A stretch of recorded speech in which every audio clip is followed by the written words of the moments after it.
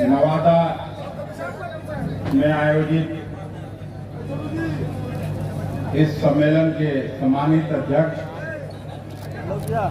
नवादा जिला कांग्रेस कमेटी के अध्यक्ष भाई मंडन सिंह जी, पटना से मेरे साथ आए कांग्रेस पार्टी के वरिष्ठ नेता, बिहार सरकार के मंत्री रहे परम आदरणीय कृपानाथ पाठक जी, हम सभी के अभिभावक तुल्य नवादा के पूर्व विधायक आदरणीय नरेंद्र कुमार जी,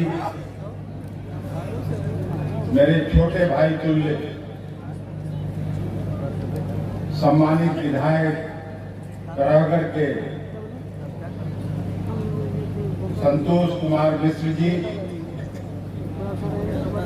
इसी जिले की लोकप्रिय और सम्मानित विधायिका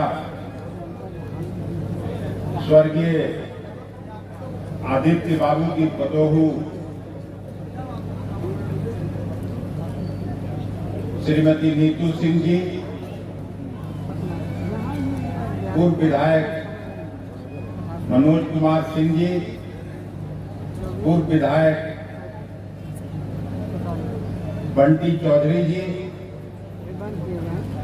नवादा जिला कांग्रेस की पूर्व अध्यक्षा श्रीमती आभा सिंह जी, मोतिहारी जिला कांग्रेस कमेटी के अध्यक्ष शशि भूषण राय और गप्पू राय जी, लखीसराय के जिला अध्यक्ष अनीस जी, सभी बुजुर्ग अभिभावकों, नौजवान मित्रों, पत्रकार साथियों, देवियों एवं सज्जनों, मैं हृदय से बधाई देना चाहता हूं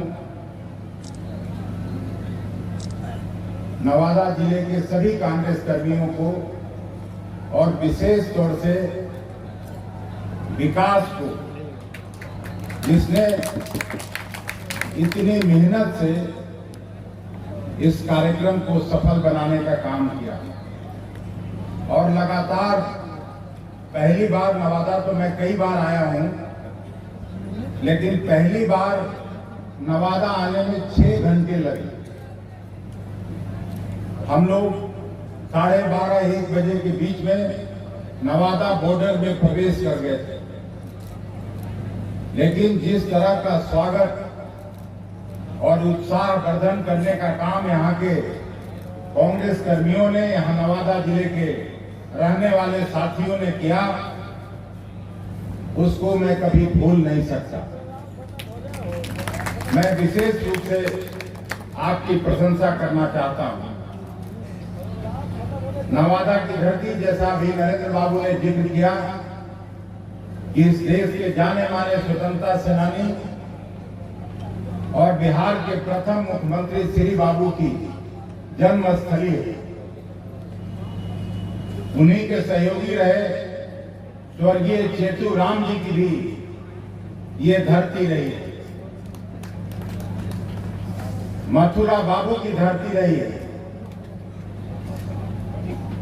स्वर्गीय शत्रुघ्न बाबू और उनकी पत्नी राजकुमारी देवी भी यहां से लगातार विधानसभा में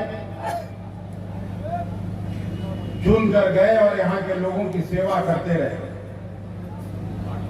स्वर्गीय आदित्य बाबू और गायत्री देवी जैसे सरीखे बड़े नेत्री यहां पैदा हुए, यहां के लोगों के बीच में काम करने का काम किया। इसलिए इस धरती को मैं सिर झुका के प्रणाम करता हूं। श्री बाबू की छत्र छाया में अनेक कांग्रेसी दिग्गज यहां से उभरे, कई लोगों का मैंने नाम लिया और उन्होंने बिहार के राजनीति पर अलग छाप छोड़ी।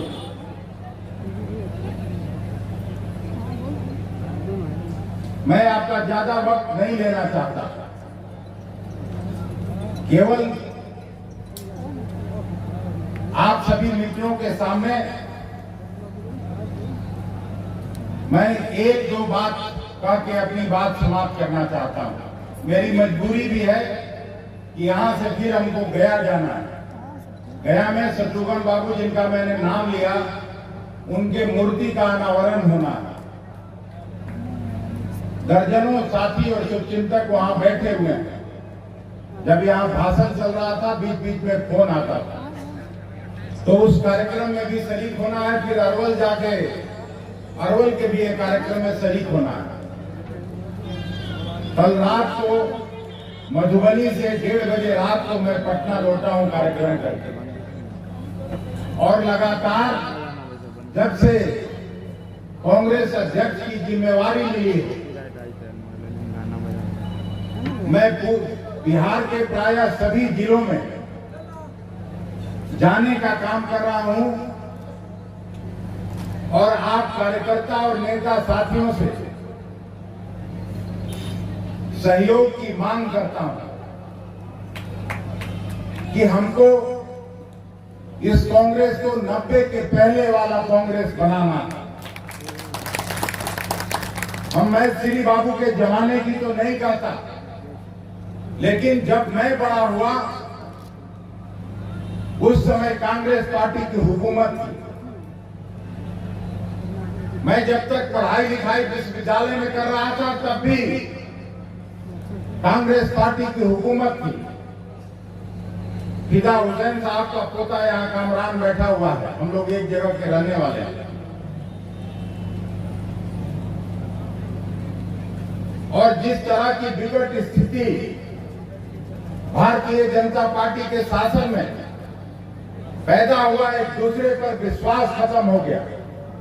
धर्म के नाम पर राजनीति, जाति के नाम पर राजनीति, भाई भाई को लड़ाने की कोशिश, मंदिर मस्जिद की राजनीति,